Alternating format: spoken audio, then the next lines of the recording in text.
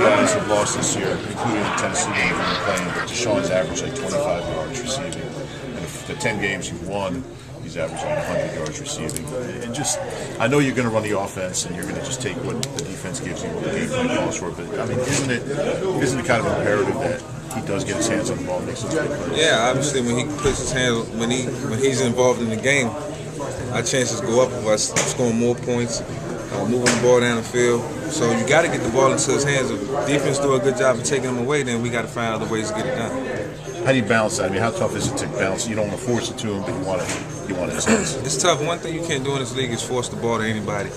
You know, you have balls all over the place. You have a lot of incomplete passes, and you have interceptions, obviously, depending on how they play. So you just got to play within the system and let the coaches put the plays together to get him the ball. That's what we do a good job of here. He seems like a different receiver when he gets involved really early. When you hit him one of those big pops, you know he's gonna have a big game. There's been a lot of times in the game where, you know, I might have just missed him. He might have been open early. You know, certain strengths and weaknesses that I have. You know, whether it's throwing a lightning route to him on the strong side, and I go backside. There's ways to get him in the game, and he always puts himself in a position to be open. But you know, you just got to find him. You've dealt with a lot of receivers over your career, and you've kind of learned how to, I guess, have a relationship with them. But, you know, they're known for being temperamental.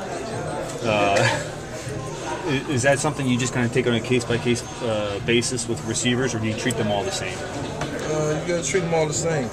You know, they all always feel like they're open. They all want the ball. And, you know, they work hard, man. I mean, go out there and watch them practice like they're on the track team. So you know, you want to reward those guys. All they do is run. You know, ball in their hand. How's your leg feel after practice, Mike?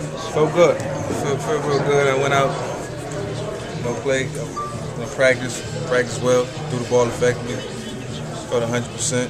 So feel good now, ready to go. Treatment or? Yeah, it's gonna continue to get treatment just to make sure, you know, don't go out and first get a hit again and then, you know, it's all bad. It's all down here. I don't want that. How much did the rest help you?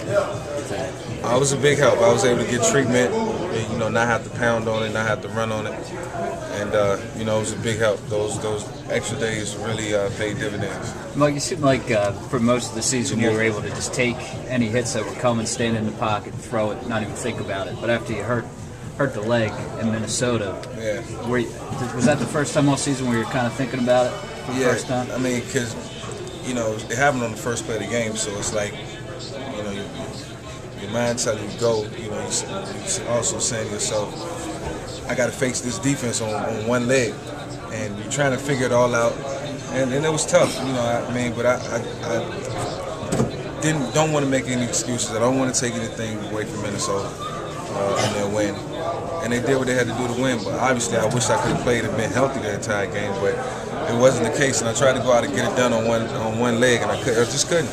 It's safe to say that now that injury's behind you, that you kind of refocus back to the Mike Vick that you saw before. Yeah, just refocusing. You know, got the game plan. I'll be ready for him. Pick that blitz up and be ready to go.